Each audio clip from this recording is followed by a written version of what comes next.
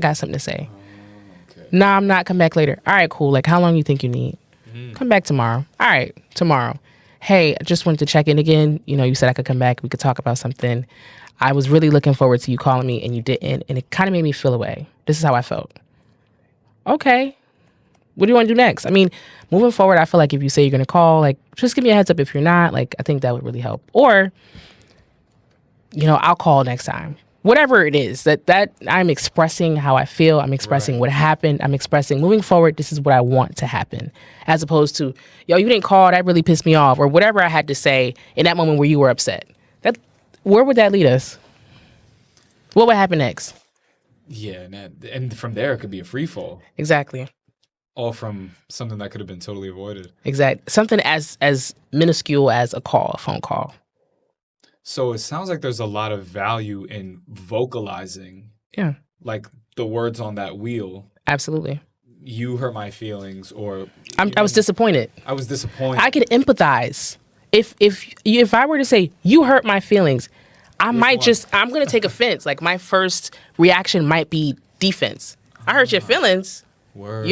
Or if I could use disappointed, it's like, really? Like, now I'm curious. Like, I felt that before. I know how that feels. That doesn't feel nice. Tell me more. What happened that you feel disappointed? You didn't call. Oh, I didn't call? My bad. I was busy. Like, I hate that you felt that way. I don't want to make you feel that way no more. Like, what do you want to happen next? Like, that's that level of, like, I've been in those shoes or similar shoes. I can empathize or sympathize, and I want to make it different.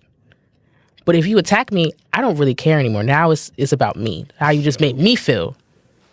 That's elite. Yeah, it's different. That's another level. Yeah, but you have to come. You don't have to be perfect at it, but you got to come with a little something. Like let's talk. Like... That's what I'm saying. Let's talk about some things.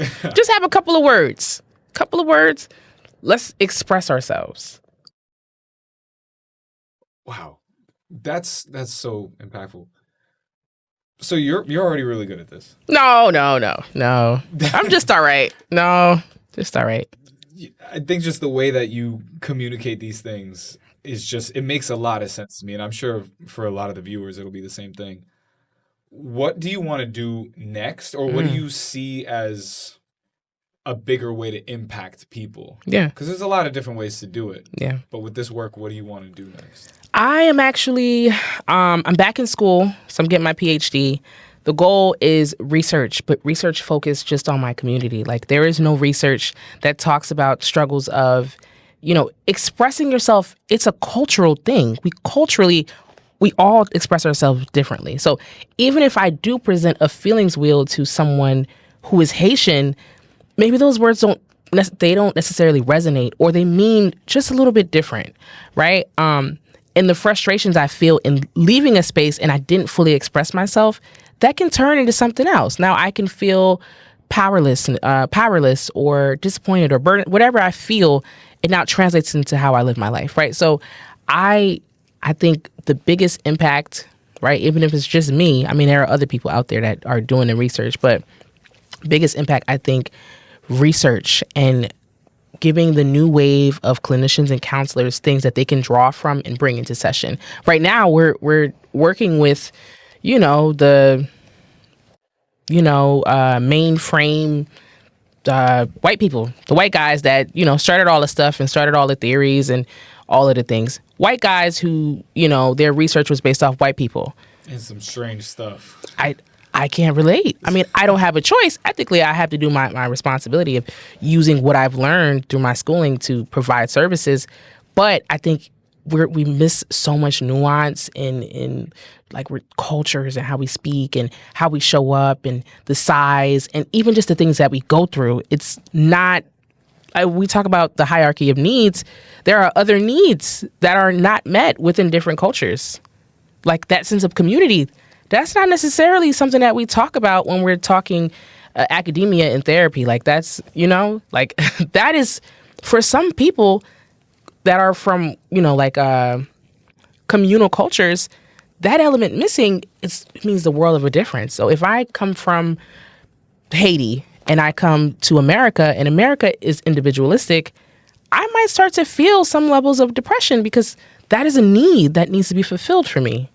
You understand? So I think to answer your question, my next is research and doing what I can to really shed light on what's really happening and how things can change for my community. So it's like you're already doing the groundwork, but this is more of like the rocket fuel. Yeah. So that it's like we can take these big Yeah. jumps. I want to see therapists in Haiti. Like, I want to see therapy clinics and private practices, and like, it's a thing. Like, we do therapy. We have wellness centers. That's so dope. You can, like, my aunts and uncles are doing yoga, and they're going to talk to the lady. We're going to have family sessions. Everyone's going to go home. Like, that's what I want to see. That's the goal. You know what's so fire to me that I always think about? Especially with Caribbean countries. Yeah. So my pops is from Belize, right? Mm-hmm. There's not like too much culturally with Belize. It's like it's new, you know. It's like colonized like 200 years ago or something like that. Mm-hmm. So it's kind of new. So people like me are kind of writing the culture as it goes. With Haiti, is there any therapy culture? No, not at all. It's religion. We go back to religion. Everything is religion and family. So if you are going through something, you need to go open your Bible. There's a scripture there for you. If you're going through something, hopefully someone in your family has experienced the same and they can give you some kind of guidance. But we're not going to talk about feelings, just guidance. A lot of times if you go to Haiti, you might see someone who is experiencing a manic episode. And as opposed to describing it as such, we'll say something like munfu, which just means crazy person. And we're letting this crazy person just do whatever.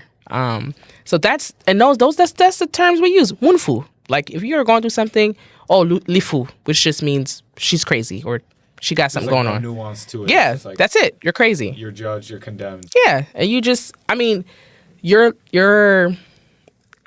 I think for my culture, everyone is expected to have some kind of responsibility or pouring into the culture.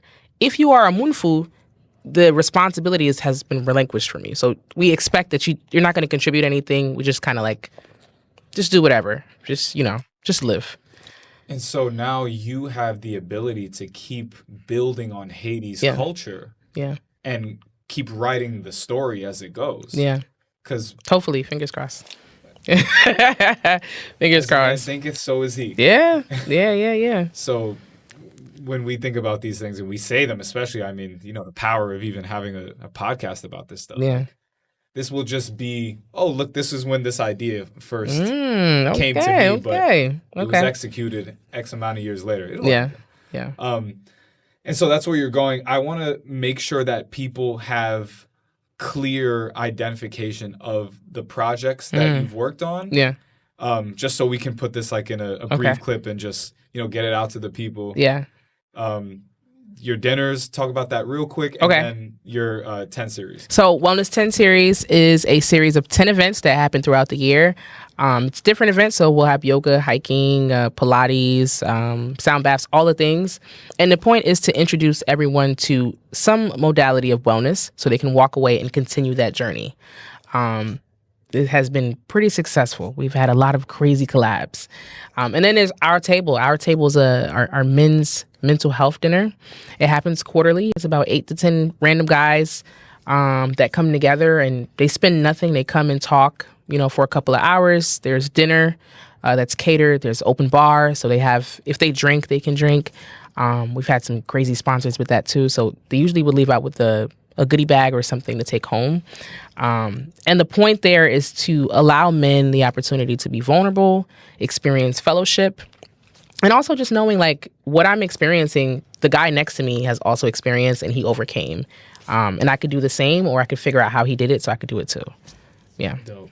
All right. Awesome. Absolutely awesome. Oyanda P, everybody. Yeah. Listen, this was a great time. Honestly. It really was. You're doing awesome work. So are you. Thank you. So are you. I'm excited. This is great. This great. is awesome. It is All great. right. Thank you, everybody, for watching. Thank you, Mo, for being on. Of course. Thank you for having me.